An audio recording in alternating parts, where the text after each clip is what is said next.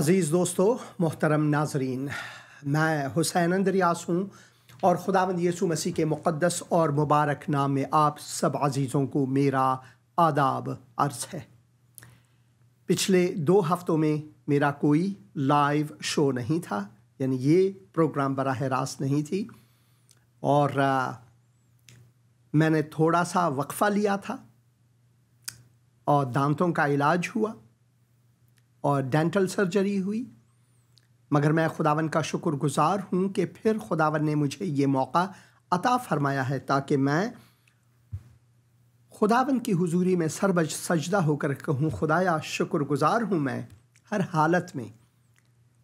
जो भी मुश्किलात ज़िंदगी में आते हैं, चाहे वो तभी हो या ऐसे मसाइल जिसमें हमें शख्सी तौर पर दर्द हो, मसाइब हों वग़ैरह, कलाम खुदा में हम पढ़ते हैं कि हर हालत में हमें खुदावन की शुक्रगुजारी करनी चाहिए और इसी वजह से मैं शुक्रगुजार हूँ। कभी कभार मसाइल मुश्किलात हमारी अपनी जानिब से होती है। अगर हम अपने सेहत के ख्याल ना रखें तो हम बीमार पड़ जाते हैं, तो इसमें किसी और का कसूर नहीं, हमारा ही कसूर है। और मैं शुक्रगुजार हूँ हर हालत के लिए, हर उस वक्त के लिए कि खुदावन मुझे अता फरमाता है। दुनिया में मसाइल मुश्किलात बहुत ज़्यादा हैं। किताब मुक़द्दस में हम पढ़ते हैं कि अगर हमारे एक उज़्व को कोई दर्द हो तो हमारा सारा बदन उसे एहसास करता है, क्योंकि अगर हमारे हाथ को चोट हो तो खुदावन ने एक ऐसा निज़ाम बरकरार किया है हमारे बदन में जो कि हमारे पूरे बदन को उसकी इत्तला हमारे दिमाग से मिलती है और ये खबरें इतनी तेज पहुंचती हैं दूसरे आज़ा को कि हम इसकी हिसाब व किताब भी नहीं ले सकते। हाँ, ये उस निज़ाम इंटरनेट से कहीं ज़्यादा तेज़ी से, आजकल हम टेक्नोलॉजी के दौर में हैं, किसी से बात करनी हो तो एकदम से आप फेस टाइम कर सकते हैं, मैसेंजर के वसीले से आप बात कर सकते हैं, स्नैपचैट्स, ये चार्ट्स, वो चार्ट्स, लाइव शोज़ वगैरह एकदम से। मगर खुदावन ने जो नेटवर्क कायम की है सिर्फ एक बदन में, उस पर अगर हम तवज्जो करें तो ये बहुत ही अजीब व गरीब है, वंडरफुल। इसी वजह से खुदा के कलाम में हम पढ़ते हैं कि मैंने तुझे बड़े खौफ और अजीब बनाया है। I have made you wonderfully and fearfully I have created you। किसी और जानदार के बारे में, चाहे वो हैवानात हों या फिर मलाइक क्यों ना हों, उनके बारे में खुदावन ने ऐसा तकल्लुम नहीं किया है। सिर्फ इंसान के बारे में। इंसान ही वो अजीब व गरीब खिलकत है खुदावन की। इसी वजह से हम इंसान को अशरफुल मखलूक़ात कहते हैं। अशरफुल मखलूक़ात से मुराद ये है कि खुदावन ने हमें फरिश्तों पर भी शरफ दी है, फरिश्तों पर भी, वरना खुदावन फरिश्तों को कहता कि वो भी अशरफुल मखलूक़ात हैं। खुदावन ने इब्तिदा में जब इंसान को बनाया तो खुदावन ने कहा, आओ हम आदम को अपनी शबी, अपनी सूरत, अपनी शक्ल पर बनाएं। खुदावन ने हमें अपनी सूरत पर बनाया, हम सूरत खुदा हैं, सूरत खुदा हैं। इसी वजह से हम कहते हैं कि हम अशरफुल मखलूक़ात यानी दूसरे मखलूक़ात पर शरफ रखते हैं। हाँ, वो इंसान भी जो गुनहगार है, जो जालिम है, जो मुजरिम है, चाहे वो उस इंसान में कितने भी गुनाह क्यों ना हो, खुदा ने उस शख्स को भी अपनी सूरत पर ही बनाया है। मगर गुनाह वो है जिसमें हम अपने आप को इस सूरत खुदाबंदी को जो उन्होंने हमें दिया है, ये जो मर्तबा खुदावन ने हमें दिया है, हम उसको पामाल करके हम अपने आप को शैतान के हाथों सौंपते हैं और फिर शैतान के हाथ में हम होकर वो कर बैठते हैं कि कभी कभार हम सोचते कि ऐ काश मैं हैवान बन जाता, मगर फिर हम हैवानात की तरफ देखते हैं कि क्या वो हमसे बेहतर हैं? हरगिज नहीं। इंसान ही अशरफुल मखलूक़ात है, इंसान ही खुदा की सूरत पर है। वो एक मिसाल है, डॉग ईट्स डॉग, कुत्ते कुत्ते को काटते हैं। हैवानात की दुनिया में भी कुछ ऐसा ही है। वो एक BBC का ड्रामा है, ब्रिटिश ड्रामा है, मिस्टर खान। मेरे ख्याल में इस ड्रामे का नाम मिस्टर खान ही है। अभी थोड़ी सी भूल में हूँ। आप मिस्टर खान टाइप करके देखें तो उसमें एक पाकिस्तानी फैमिली की ज़िंदगी को जो बरतानिया में रहते हैं दिखाया गया है। तो उसमें इस मिस्टर खान के कुछ दोस्त हैं, उनमें एक जो है वो स्कॉटिश है, जो मुस्लिम कन्वर्ट हैं, एक और अफ्रीकी हैं जो केन्या से हैं। तो ये जो अफ्रीकी बंदा है केन्या, वो फरमाते हैं कि अफ्रीका में सुबह सवेरे जो गज़ल है या गज़ाल है, जो गज़ाल है वो दौड़ती है। वो इसलिए दौड़ती है कि कहीं उसको शेर हड़प ना जाए, और इसी तरह शेर भी दौड़ने को चल निकलते हैं। जो बब्बर शेर है, जंगल का बादशाह, वो भी इसी तरह दौड़ते हैं।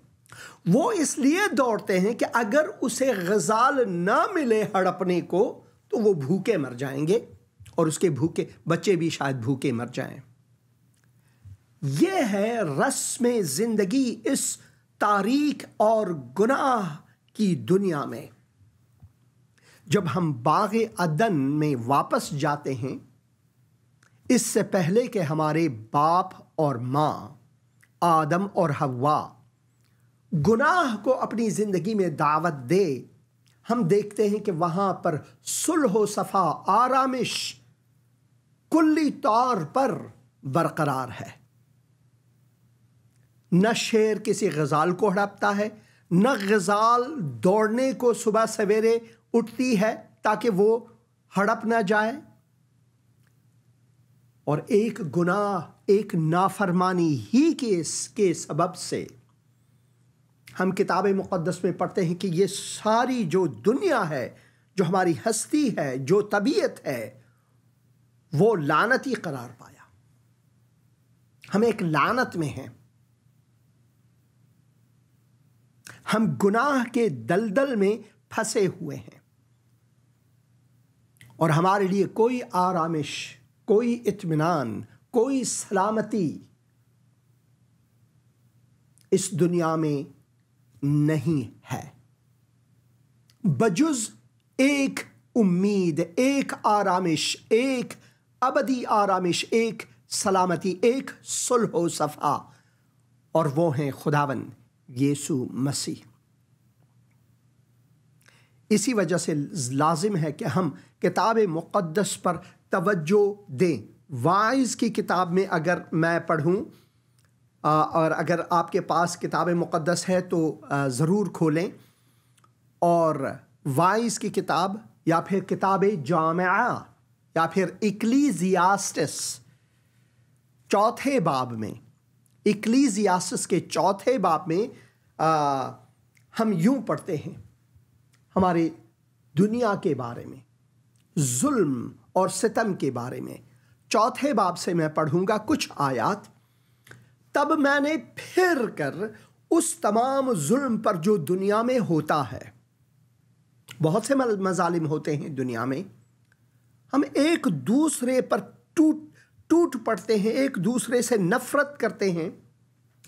मुझे याद है 80 की दहाई में मैं कराची में था, 80 के अवाखिर में, ये मैं 87, 88, 89 उस ज़माने की बात करता हूँ। मैं कराची में रहता था और मैं नॉर्थ नाज़िमाबाद में काम करता था, मगर गर्म चश्मा एक जगह है, वहाँ पर मैं रहता था। वहाँ पर जज़ामियों के लिए एक हस्पताल, शायद अब भी है, डॉक्टर फा नामी एक मसीही औरत ने इसे कायम की थी और वो इसकी इदारत करती थी।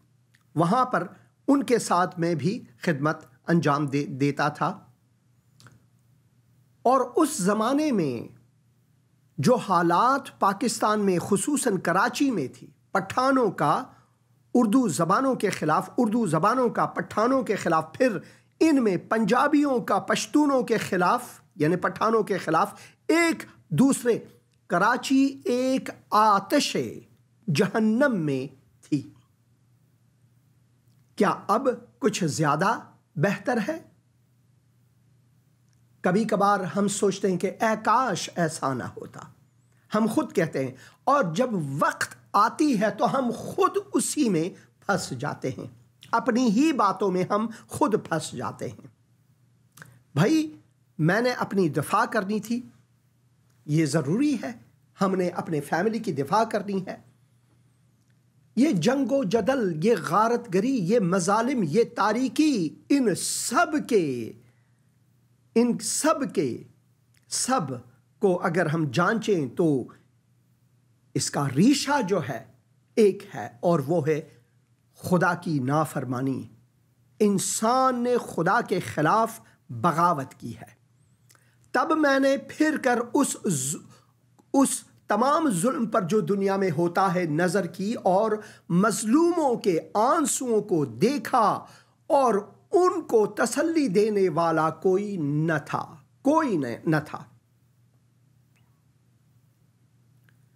और उन पर जुल्म करने वाले जबरदस्त थे, क्योंकि उमूमन जुल्म करने वाले जो हैं वो आमिर होते हैं। एक डिक्टेटर या एक ऐसा चौधरी या फिर चौधरी होते हैं जो कि उन पर जबरदस्त होते हैं, चाहे ये छोटे छोटे मानों में एक गांव की हो या फिर बड़े से बड़े एक मुल्क की हो, या फिर एक बर्रे आज़म की, या फिर इस सारी दुनिया की हो। यहां पर जबरदस्ती एक की जरूर हमेशा होती है, और वो अपनी मनमानी करते हैं, क्यों? क्योंकि उन सब में गुनाह कूट कूट कर भरी हुई है। वो सब गुनाह के गुलाम हैं, इसी वजह से यहां पर खुदा का कलाम हमें फरमाता है, इंसान की जो हालत ज़ार इस दुनिया में है, हमारी जो हालत ज़ार इस दुनियाए गुनाह तारीकी में जो है, तब मैंने फिर कर उस तमाम जुल्म पर जो दुनिया में होता है नजर की, और मजलूमों के आंसुओं को देखा, और उनको तसल्ली देने वाला कोई न था, और उन पर जुल्म करने वाले जबरदस्त थे, पर उनको तसल्ली देने वाला कोई न था। बस मैंने मुर्दों को जो आगे मर चुके उन जिंदों से जो अब जीते हैं ज्यादा मुबारक जाना। यानी जो मरे हुए हैं उनको मैंने ज्यादा मुबारक जाना, क्योंकि उन मुर्दों ने इस दुनिया को तर्क करके अब वो खाक में यकसां हुए हैं। अब आप उनके गोर पर, उनके कब्र पर जाकर उनको गाली गलोच दो, उनके कब्र को जलाओ, तोड़ फोड़ करो, कुछ नहीं होता। वो इत्मीनान से वहीं पर हैं। वो या तो खुदा के हुजूर हैं, उनके जो अरवाह है, या फिर वो जहन्नुम में है, मगर उनके जिस्म वहीं पर बरकरार हैं। मैंने माटी से तुम्हें बनाया और माटी ही में तुम वापस चलोगे, वहीं पर तुम्हारी जगह है। 2 गज का कब्र। बस मैंने मुर्दों को जो आगे मर चुके उन जिंदों से जो अब जीते हैं ज्यादा मुबारक जाना, बल्कि दोनों से नेक, इन दोनों से भी, जो जीते हैं और जो मरे हुए हैं, इन दोनों से, क्योंकि जो मरे हुए हैं उन्होंने भी ये झमेले झेले। उनमें भी या तो जालिम थे या मजलूम थे, दोनों ने दर्द सहे। दोनों की हालात जो हैं एक से बढ़कर दूसरे से अबतर थे। बस मैंने मुर्दों को जो आगे मर चुके उन जिंदों से जो अब जीते हैं ज्यादा मुबारक जाना, बल्कि दोनों से नेक, जो मरे हुए हैं और जो जिंदा हैं, बल्कि दोनों से नेक बख्त वो हैं जो अब तक पैदा ही नहीं, जो अब तक हुआ ही नहीं, अब तक इस दुनिया में उन्होंने कदम रखे ही नहीं।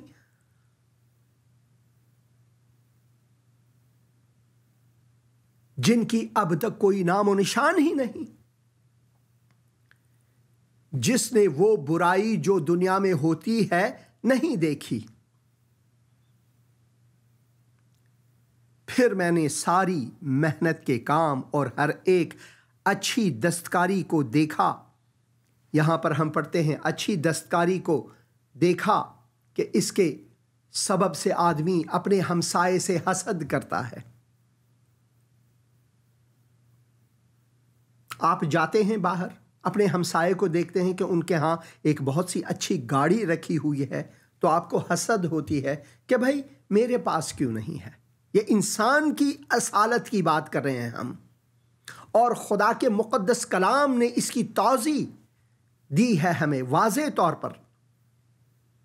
आप किसी और किताब में ऐसी वजाहत नहीं पाते जो यहां पर आप पाते हैं।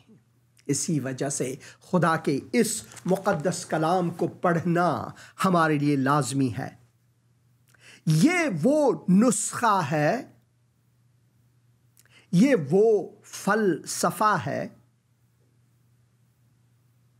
जो कि खुदा की जानिब से हमें दी गई है। कोई और किताब नहीं, कोई और किताब नहीं जो हमें ये तसल्ली, ये इत्मीनान, ये सलामती, ये सुलह दे जो कि किताब मुक़द्दस में है। हम इस पर आएंगे। अगर फिर मैंने सारी मेहनत के काम और हर एक अच्छी दस्तकारी को देखा कि इसके सबब से आदमी अपने हमसाये से हसद करता है। ये भी बुतलान और हवा की चरान है। बेदानिश अपने हाथ समेटता है और आप ही अपना गोश्त खाता है। एक मुट्ठी भर जो चैन के साथ हो उन 2 मुट्ठियों से बेहतर है जिनके साथ मेहनत और हवा की चरान हो। खुदा का कलाम ये हमें फरमाता है। ये हमारी हालत ज़ार है। इन मुश्किलात में हम हैं। ज़रा सोचें इन बातों पर, ज़रा सोचें। आइए एक क्लिप देखेंगे जो दरियाए जलील, जहां पर खुदावन यीशु मसीह ने लोगों को बुलाया कि ऐ मेहनत उठाने वालों, ऐ बोझ से दबे हुए लोगों, मेरे पास आओ और मैं तुम्हें आराम दूंगा। ये क्लिप देखेंगे। खुदावंद यीशु मसीह ने फरमाया, ऐ मेहनत उठाने वालों और बोझ से दबे हुए लोगों, मेरे पास आओ, मैं तुम्हें आराम दूंगा। मेरा जुआ अपने ऊपर उठा लो और मुझसे सीखो, क्योंकि मैं हलीम हूं और दिल का फिरोतन, तो तुम्हारी जानें आराम पाएंगी, क्योंकि मेरा जुआ मुलायम है और मेरा बोझ हल्का। आमीन। आमीन और आमीन और आमीन। किताब मुक़द्दस में हम इसे मत्ती की इंजील उसके 11 बाब और लूका की इंजील में भी पाते हैं। लूका की इंजील में हम उसके 10 बाब 21 और 22 आयात में, उस वक्त यीशु ने कहा, ऐ बाप आसमान और ज़मीन के खुदावंद यानी मालिक, मैं तेरी हम्द करता हूँ कि तूने ये बातें दानाओं और अक्लमंदों से छिपाई और बच्चों पर जाहिर की। दानाओं और अक्लमंदों से छुपाई क्यों? क्योंकि ये जो दाना है, जितने भी ज़्यादा दाना होते हैं वो अपने आप में फूल जाते हैं और वो ये समझते हैं कि मेरी बालादस्ती है इन चीज़ों पर, मेरी बालादस्ती है इन चीज़ों पर। बच्चों पर क्यों जाहिर की? बच्चों से मुराद ये नहीं कि छोटे छोटे नन्हे नन्हे बच्चे जो बोल भी नहीं सकते, जो दिल के नन्हे और बच्चे हैं, जो ईमान लाने वाले हैं, जो अपने आप को खुदावन की तस्लीम करते हैं, जिनका इत्मीनान, सुलह सफ़ा और आरामिश खुदा पर कायम है। इसी वजह से, हाँ ऐ बाप, क्योंकि ऐसा ही तुझे पसंद आया। मेरे बाप की तरफ से सब कुछ मुझे सौंपा गया है और कोई बेटे को नहीं जानता, कोई बेटे को नहीं जानता सिवा बाप के, और कोई बाप को नहीं जानता सिवा बेटे के और उसके जिस पर बेटा उसे जाहिर करना चाहे। अब हम किताब मुक़द्दस में पढ़ते हैं, यूहन्ना की इंजील उसके पहले बाब में हम पढ़ते हैं कि इब्तिदा में कलाम था, कलाम खुदा के साथ था और कलाम ही खुदा था। सब चीज़ें उसी के वसीले से पैदा हुई। हम ये पढ़ते हैं, वाज़े तौर पर यह किताब मुक़द्दस में है।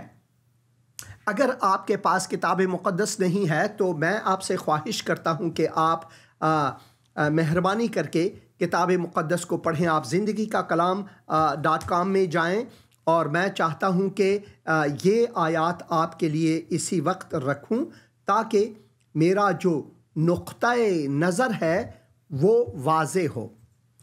जो खुदा के कलाम से मैं पढ़ता हूँ, ज़िंदगी के कलाम से मैं पढ़ता हूँ, इब्तिदा में कलाम था और कलाम खुदा के साथ था और कलाम ही खुदा था।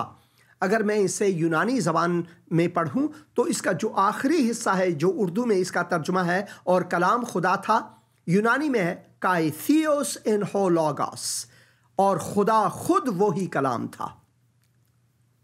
मगर हम फरहंगी तौर पर इसे जैसा कि हमारी समझ के मुताबिक हो तर्जुमा करते हैं, ऐसी ही ज़बानी तर्जुमा होते हैं। यही इब्तिदा में खुदा के साथ था। कौन? कलाम। सब चीज़ें उसके वसीले से पैदा हुई। ये कलाम कौन है? खुद मसीह। और जो कुछ पैदा हुआ उसमें से कोई चीज़ भी उसके बगैर पैदा नहीं हुई। उसमें ज़िंदगी थी और वो ज़िंदगी आदमियों का नूर थी, और नूर तारीकी में चमकता है और तारीकी ने उसे कबूल नहीं किया। खुदावन यीशु मसीह ने कहा, मैं दुनिया का नूर हूँ, मैं दुनिया का नूर हूँ।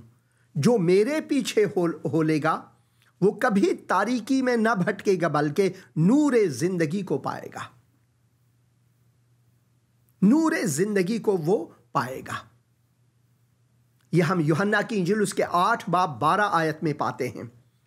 और फिर हम पढ़ते हैं कि वो दुनिया में था, यानी वो जो नूर है, वो जो कलाम है, अबदी कलाम है, वो दुनिया में था और दुनिया उसके वसीले से पैदा हुई। दुनिया उसके वसीले से, उसके बगैर ने उसके वसीले से पैदा हुई और दुनिया ने उसे ना पहचाना। वो अपने घर आया वादे के मुताबिक, जैसा कि खुदावन ने इब्राहिम को बताया कि तेरे घराने से मैं उस कलाम को जो मौलूद होता है, जो मखलूक नहीं है, जो खुद खालिक है, लाऊंगा। वो दुनिया में था और दुनिया उसके वसीले से पैदा हुई। दुनिया ने उसे ना पहचाना। वो अपने घर आया वादे के मुताबिक और उसके अपनों ने उसे कबूल ना किया, लेकिन जितनों ने उसे कबूल किया उन्हें खुदा के फर्जंद बनने का हक बख्शा, यानी उन्हें जो उसके नाम पर ईमान लाते हैं, वो न खून से, न जिस्म की ख्वाहिश से, न इंसान के इरादे से, बल्कि खुदा से पैदा हुए। और 14 आयत, और कलाम मुजस्सिम हुआ, कलाम जिस्म बना, कलाम इंसान की सूरत इख्तियार की।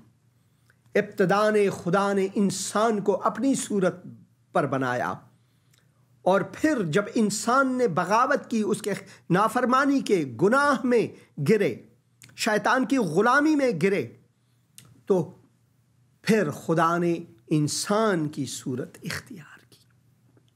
बसूरत इंसान वो आए और कलाम मुजस्सम हुआ और फजल और सच्चाई से मामूर होकर हमारे दरमियान रहा और हमने उसका ऐसा जलाल देखा जैसे बाप के इकलौते का जलाल।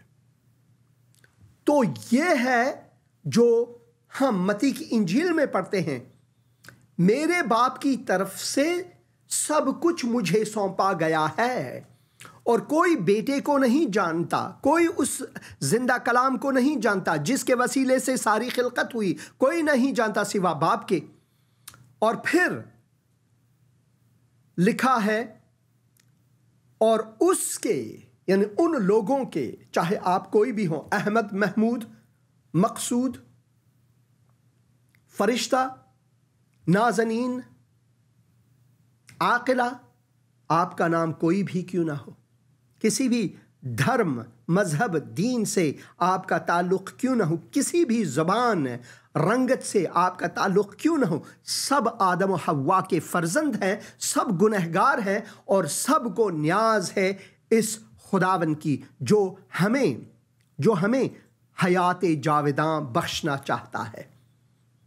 और लिखा, कोई बेटे को नहीं जानता सिवा बाप के और कोई बाप को नहीं जानता सिवा बेटे के और उसके जिस पर बेटा उसे जाहिर करना चाहे। यानी अनबिया में कोई भी ऐसा नहीं, सारे के सारे अनबिया जो हैं वो गुनहगार थे। कभी कभार बहुत तवील बहस मुबाहिसे में लोग मुझे फ़ोन कॉल करते हैं कि भाई तूने अनबिया को कहा कि वो गुनहगार हैं। किताब मुक़द्दस फरमाते हैं कि खुदा के सिवा कोई भी बेगुनाह नहीं है, वरना वो मग़फ़िरत गुनाह न चाहते खुदा से। अगर वो मग़फ़िरत गुनाह चाहते खुदा से चाहते हैं तो इसका मतलब यह है कि वो गुनहगार थे। अनबिया ने सब अनबिया ने खुदावन के हुजूर सजदे किए, अपने गुनाहों की मुआफ़ी मांगी क्योंकि वो गुनहगार थे। मेरी मानिंद, आपकी मानिंद उन्होंने झूठ भी बोले, लोगों को धोखा भी दिया, जिना भी किए। सारे के सारे अनबिया, चाहे वो कोई भी हो, आप इस मुगालते में न हो कि अनबिया ने गुनाह नहीं किया, क्योंकि अनबिया ने गुनाह किए। इसी वजह से अगर हकीकत को खुदावंद यीशु मसीह ने आप पर अभी तक जाहिर नहीं किया तो आप गुनाही में चल रहे और जहन्नम की तरफ रवा दवा हैं। और फिर खुदावंद यीशु मसीह फरमाते हैं कि ये आप खुद अपनी मेहनत, अपने काविशों से, अपने जहमत कशी से ये नहीं कर सकते, नामुमकिन है आपके लिए। इसी वजह से खुदा के इस मुक़द्दस कलाम में हम पढ़ते हैं खुदावंद यीशु मसीह की अपनी ज़ुबानी, अपनी तालीम, ऐ मेहनत उठाने वालों और बोझ से दबे हुए लोगों। मेहनत किस चीज़ की हम उठाते हैं? हम इस चीज़ की मेहनत उठाते हैं कि हम किस तरह अपने आप को गुनाह के बोझ तले से आजाद करें, हम ये कर ही नहीं सकते। हिंदुस्तान, पाकिस्तान और अफगानिस्तान की आज़ादी जिसे वो कहते हैं का ये महीना है 14 और 15 और 16 अगस्त को, और हम जश्न आज़ादी मनाते हैं। मगर क्या वाकई तौर पर हम आज़ाद हैं? बिल्कुल नहीं। जब तक हम अपने आप को खुदावंद यीशु मसीह के हाथों ना सौंपें, जो ये फरमाते हैं, ऐ मेहनत उठाने वालों और बोझ से दबे हुए लोगों, मेरे पास आओ, मेरे पास आओ। सियासतदान की तरफ ना जाओ, वडेरे की जानिब न जाओ, किसी और की जानिब न जाओ, मेरे पास आओ, मैं तुम्हें आराम दूंगा, मैं तुम्हें आराम दूंगा। ये वडेरे जो हैं, ये प्राइम मिनिस्टर जो हैं, ये सुदूर जो हैं, ये आपको कभी आरामिश नहीं दे सकते, ये झूठ बोलते हैं। वो एक गीत याद आया, क्या नाम है उस फिल्म का जिसमें मेरे ख्याल में शशि कपूर और अमिताभ बच्चन ने काम किया, फिल्म का नाम अभी याद नहीं, जिसमें वो गीत गाते हैं, हम झूठ बोलते हैं मानते हैं, लोग झूठ बोलते हैं मानते नहीं। भाई, आप मानते हो या ना मानो, आपने झूठ बोला, झूठ झूठ ही है। और झूठों का सरदार जो है, झूठों का रहबर जो है, झूठों का जो बाप है, वो शैतान है, वो शैतान है। इसी वजह से खुदा के कलाम में हम पढ़ते हैं कि किसी भी सूरत में झूठ नहीं बोलना है। और हम मेहनत उठाते हैं इसलिए कि इस बोझ के तले से हम अपने आप को आज़ाद करें, क्योंकि यहां पर लिखा हुआ, ऐ मेहनत उठाने वालों और बोझ से दबे हुए लोगों, किस चीज की बोझ? गुनाह का बोझ। मेरे पास आओ। हिंदी खूबसूरत गीत है, पाप का बंधन तोड़ा गया, मैं आजाद हूं आजाद, हालेलुया यीशु मुआ मेरे बदले में मुआ, हालेलुया हालेलुया, मैं आज़ाद हूँ आज़ाद, मैं आज़ाद हूँ क्योंकि खुदावन ने मेरे गुनाहों का बोझ अपने ऊपर उठा लिया। और लिखा है कि मेरे पास आओ, मैं तुमको आराम दूंगा, मेरी आरामिश तुम पर होगी, मेरी सलामती तुम पर, मैं तुम्हें सुलह सफ़ा बख्शूंगा।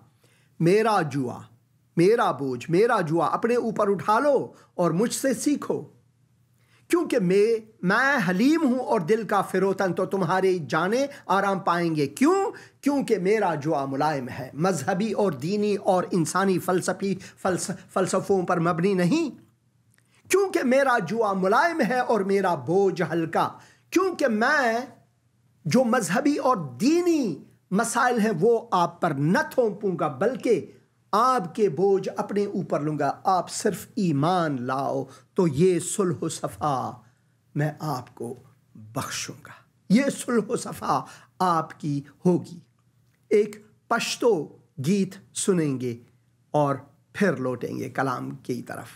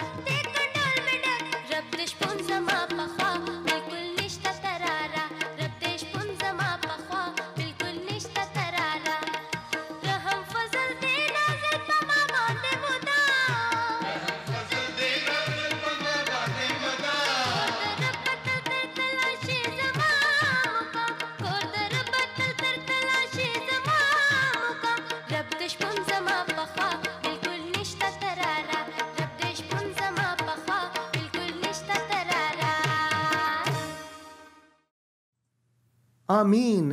जब खुदावन मेरा चौपान है तो मुझे किस चीज़ की कमी है? वो खुदावन जिसने ये वादा फरमाया कि मैं तुम्हें आराम दूंगा। अबदी आरामिश जो है वो मुझ में है, कहीं और ढूंढने का नहीं, किसी और चीज़ में आपको ये नहीं मिलेगी। आप ये ज़रा यूट्यूब पर कुछ हालात देखें बांग्लादेश की, और मैं देख रहा था ये है इंसानी हालत, ये है इंसान की जो हालत है। आप ज़रूर इसे देखें, मैं ये रखना चाहूँगा। ये देखें आप,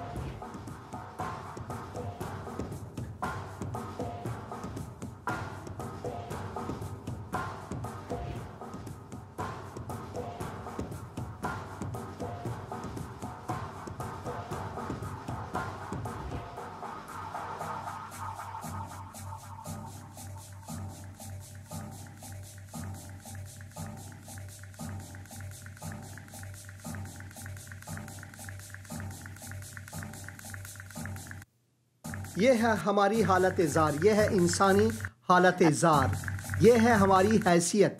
ये देखें, एक और ने मुर्गे, एक और जो है वो इनमें से एक को देखो, ये मुर्गे चुराते हैं, दूसरे वो लूट मार करते हैं। जो शेख हसीना वाजिद की जो रिहाइश गाह है वहाँ पर, ये हमारी हालत ज़ार है। अब चाहे वो हसीना वाजिद हों, चाहे ये लोग जो लूटमार करते हैं, इनमें कोई फ़र्क नहीं,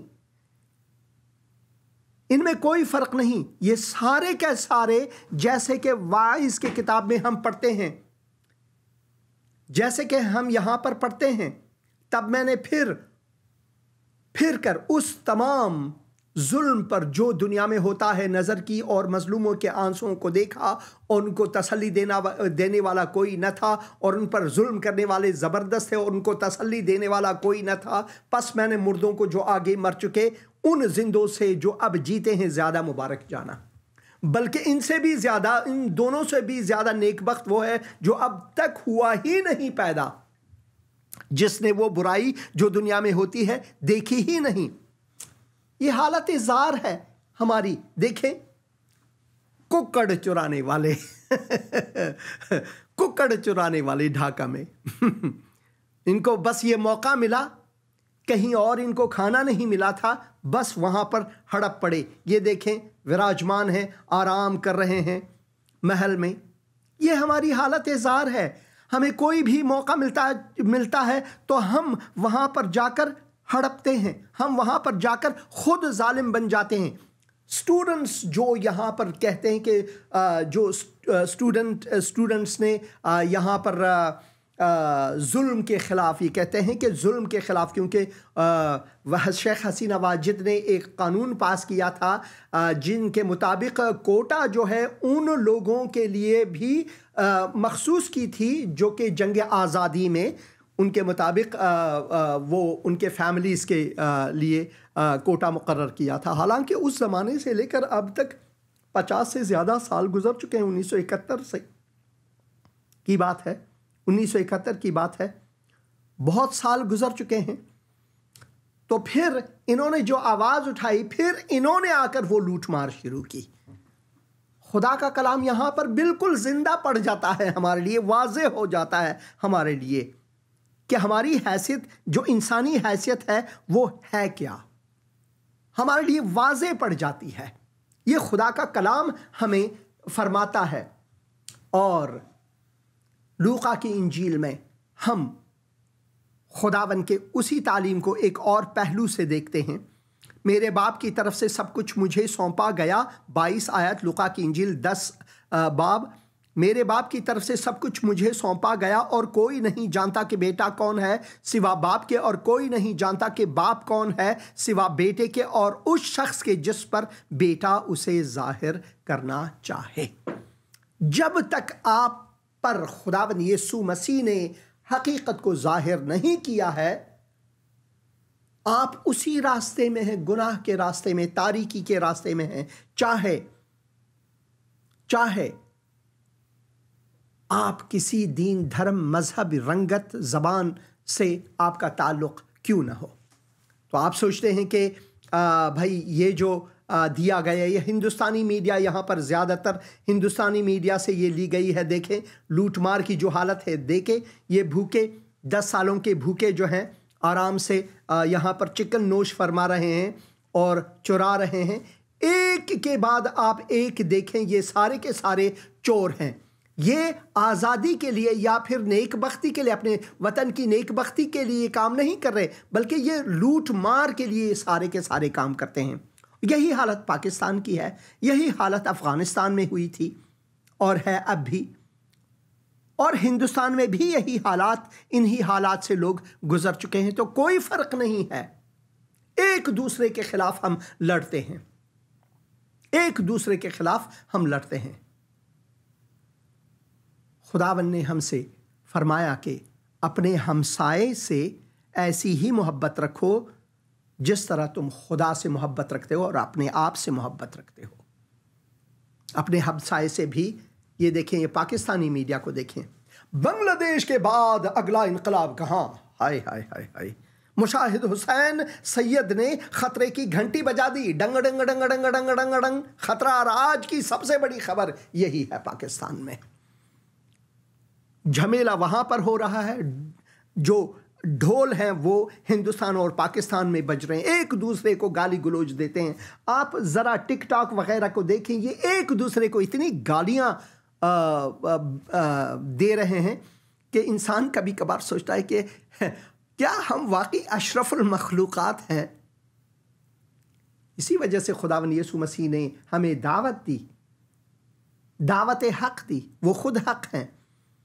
ऐ बोझ से दबे हुए लोगों, मेहनत कशो, मेरे पास आओ, मैं तुम्हें आराम दूंगा। आप आरामिश को न तो कुक्कड़ के चोरी में पाते हैं और न ही प्राइम मिनिस्टर होकर एक कसर में विराजमान होकर बैठते हैं। देखें किस तरह वो भागी हिंदुस्तान। ऐसी ही इनकी हालत जार है। ये जो बड़े बड़े डिक्टेटर्स थे, ये सब अपने ज़माने में या तो धक्के मारकर इनको मार डाला गया, जैसे कि मुअम्मर कद्दाफ़ी या सद्दाम हुसैन हुए, या फिर नजीबुल्लाह जो अफ़गानिस्तान के सदर थे, उनको लटकाया गया, या फिर वो कहीं और भाग गए। क्योंकि हम सब गुनाह में हैं, चाहे हम प्राइम मिनिस्टर हैं, सदर हैं, बादशाह हैं, चाहे कोई भी है, हम बिलाखिरा इंसान हैं और हम गुनहगार हैं, और हमारे हाथ शैतान के जंजीरों में जकड़े हुए हैं, और हमें आज़ादी देने वाला सिर्फ एक है, और वो है खुदावंद यीशु मसीह। ये जियो न्यूज़ की तरफ अगर आप देखें, भारतीय मीडिया की चीखें निकल गई, हाय हाय। ये बता रहे हैं कि पाकिस्तानी मीडिया, वो कह रहे हैं कि भारतीय मीडिया, हम एक दूसरे के हाथ पांव पर पड़े हुए हैं कि किस तरह हम एक दूसरे को नीचे दिखाएं, किस तरह हम एक दूसरे को मारे पीटे। और इन सब का रीशा क्या है, इस पर हम नहीं सोचते। इन सब का रीशा जो है वो है जड़। रीशे से मुराद है जड़। इन सब का जड़ जो है गुनाह है। किताब मुक़द्दस में हम पढ़ते हैं कि क्योंकि सब ने गुनाह किया, सब ने गुनाह किया और खुदा के जलाल से हम महरूम हैं। मगर एक है जो हमें गले लगाना चाहता है, एक है जो हमें बोसा देना चाहता है, एक है जो हमें अबदी आरामिश देना चाहता है, एक है जो हमें अबदी इत्मीनान देना चाहता है, एक है जो हमें सुलह और सलामती देना चाहता है। और वो फरमाते हैं कि ये जो सलामती है किसी और जगह नहीं, सिर्फ मैं ही ये सलामती दे सकता हूँ। यूहन्ना की इंजील उसके 14 बाब में, मैं तुम्हें इत्मीनान, जो इत्मीनान का लफ्ज़ है, इत्मीनान से इत्मीनान का तर्जुमा अगर हम अंग्रेज़ी या फ़ारसी में करें तो उसके मानी बिल्कुल अलग होते हैं। असली लफ्ज़ जो है यहाँ पर वो सलामती है या सुलह है। सुलह, मैं तुम्हें सलामती दिए जाता हूँ। हाँ, हमें इत्मीनान भी है, खुदा का शुक्र है, दिलेरी भी है, खुदा का शुक्र जब हम ईमान लाते हैं खुदावंद यीशु मसीह पर। मगर यहाँ पर जो लफ्ज़ इस्तेमाल हुआ है हकीकी मानों में, जो यूनानी ज़बान में है, और वो है सलामती। मैं तुम्हें सलामती दिए जाता हूँ, अपनी सलामती तुम्हें देता हूँ, दुनिया की नहीं। जिस तरह दुनिया देती है मैं तुम्हें उस तरह नहीं देता। तुम्हारा दिल न घबराए और न डरे। खुदावंद यीशु मसीह वो है जो हमें इंसानी वादे नहीं देते। इंसानी वादे दे देकर फिर मुकर जाते हैं। सियासतदानों ही को लें, नेपाल की हालत ज़ार को देखें, वहां पर क्या है?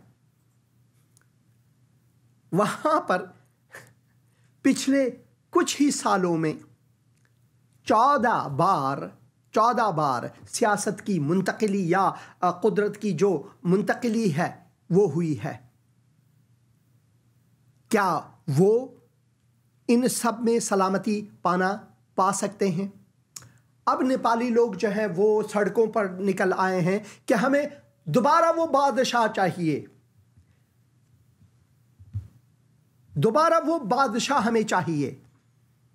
ज्ञानेंद्र वीर विक्रम शाह हमें दोबारा चाहिए। आपको पता है ज्ञानेंद्र के भाई जो नेपाल के बहुत अच्छे बादशाह थे उस जमाने में, उनके एक बेटे ने ही सारे खानदान का कत्ल किया। क्योंकि हम सब अंधे हैं, क्योंकि हम सब भटके हुए हैं, क्योंकि हम सब गुनाह में हैं, गुनाह के दलदल में हैं, और शैतान हमसे ये सब करवाते हैं। और अगर हम चाहें जिंदगी पाएं, अबदी जिंदगी पाएं, अबदी आरामिश पाएं, अबदी सुलह सफा पाएं, अबदी इत्मीनान पाएं, और वो दिलेरी पाएं कि खुदावन के हुजूर हम जाएं, तो वो सिर्फ एक ही है, और वो है खुदावन यीशु मसीह। सिर्फ खुदावन यीशु मसीह ही ये सब कुछ कर सकता है। कोई और नहीं जो ये कर सके, कोई और नहीं जो ये सब कर सके। सिर्फ खुदावन यीशु मसीह ही ये कर सकता है। और इसी वजह से मैं चाहता हूँ कि आप खुदा के इस मुक़द्दस कलाम को पढ़ें, खुदा के इस मुक़द्दस कलाम को पढ़ें, क्योंकि खुदा के इस मुक़द्दस कलाम में आपके लिए वो इत्मीनान, वो गंज बेशबहा है जो किसी और चीज़ में नहीं है। तो वो आपको बुला रहा है, और उसकी बुलाहट में आप लब्बैक कहें और उसके हुजूर आएं और वो इत्मीनान पाएं।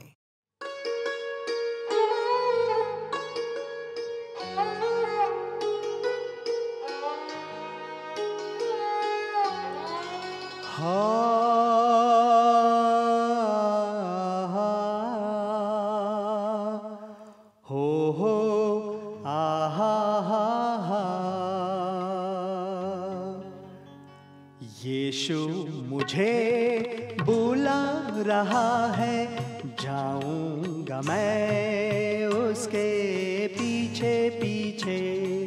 हाँ, जाऊंगा मैं उसके पीछे पीछे। यीशु मुझे बुला रहा है, जाऊंगा मैं उसके पीछे पीछे।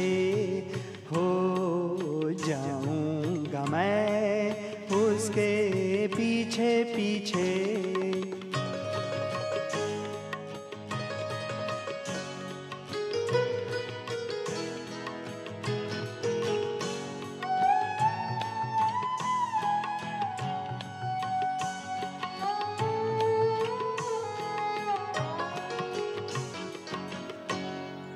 दिन ढल जाएंगी, आएंगी रातें, बतलानी होगी जीवन की बातें।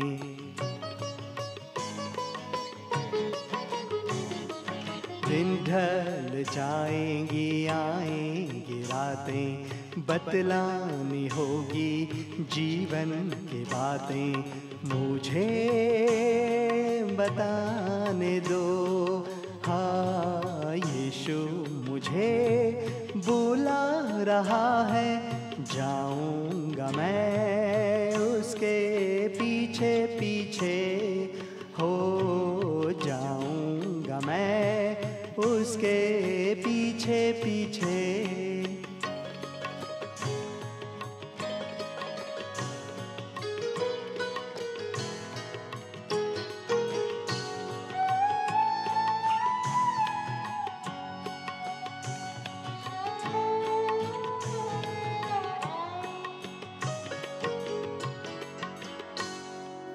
पापों में दुनिया डूब रही थी, मौत के दर पे आके खड़ी थी।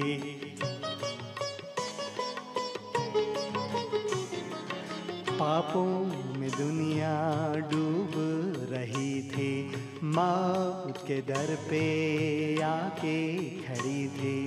मुझे बचाने दे, हो यीशु मुझे बुला रहा है, जाऊंगा मैं उसके पीछे पीछे, हो जाऊंगा मैं उसके पीछे पीछे, जाऊंगा मैं उसके पीछे पीछे।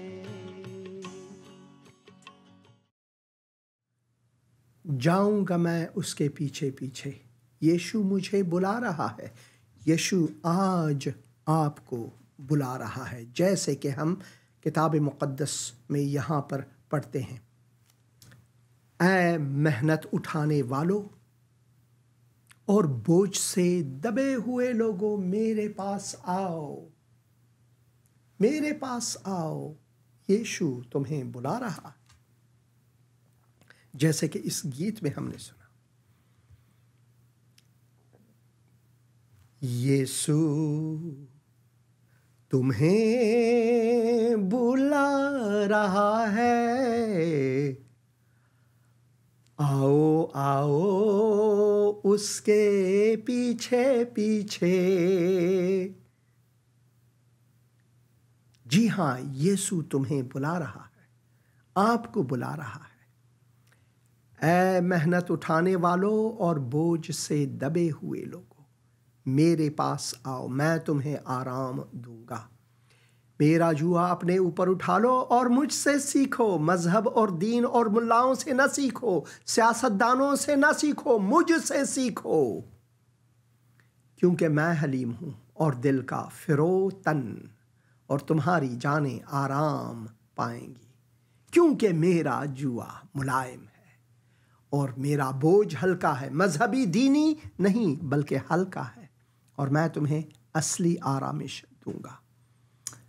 आए खुदावन, मैं इस वक्त दुआ करता हूँ अपने भाइयों के लिए, बहनों के लिए, तू उनको अपनी सलामती अता फरमा। खुदावन, तू उन मजलूमों के सर पर हाथ रख जो मुश्किलात में है। खुदावन, तू सलामती, अपनी सलामती बांग्लादेश में, हिंदुस्तान में, पाकिस्तान में, अफगानिस्तान में, ईरान में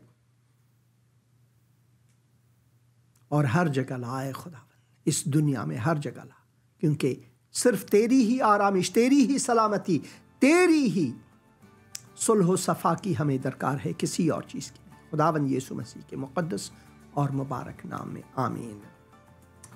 एक भाई ने यहाँ पर दुआ मांगे हैं अपने वालिदैन के लिए। मैं ज़रूर आपके लिए दुआ करूँगा भाई। खुदावन आपको बरकत दे। खुदावन यीशु मसीह के नाम में, आमीन।